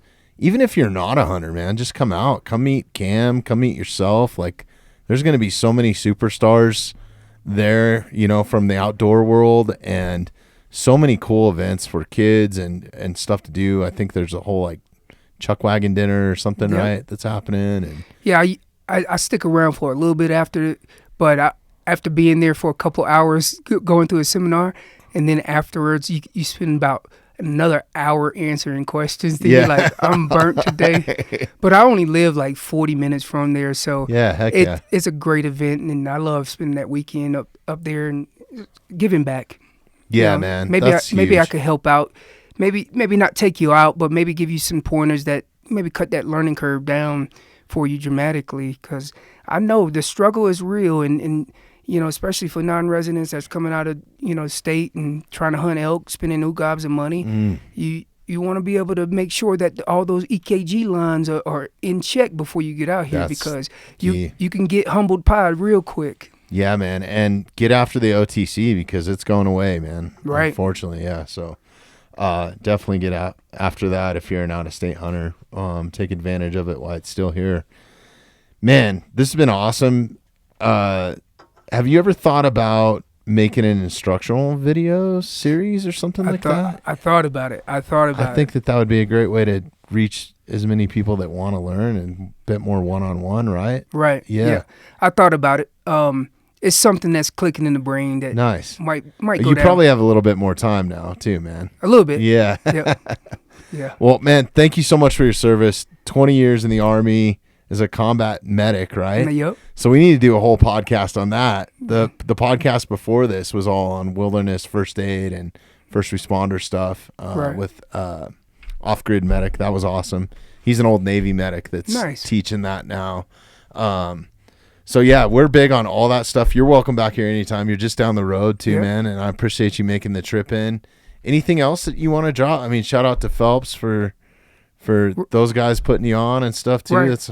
That's right. If you're into some new diaphragms, we have the All-American series that just came out this year. I'm gonna pick that up. And it's a 3-pack as of right now. But I promise you, if you love one of these calls, you'll love all these calls. So go check that out at PhelpsGameCalls.com. And if not, you can check your local retail stores, Shields, Bass Pro Shop, or even Sportsman Warehouse. They may have it too as well.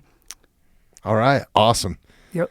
Thank you so much for being here. Appreciate it, brother. I hope you have an awesome September. Maybe have you back after September. We'll talk some elk hunting then too. Sounds good. Yeah. All right. Good. Awesome. Tyler, good?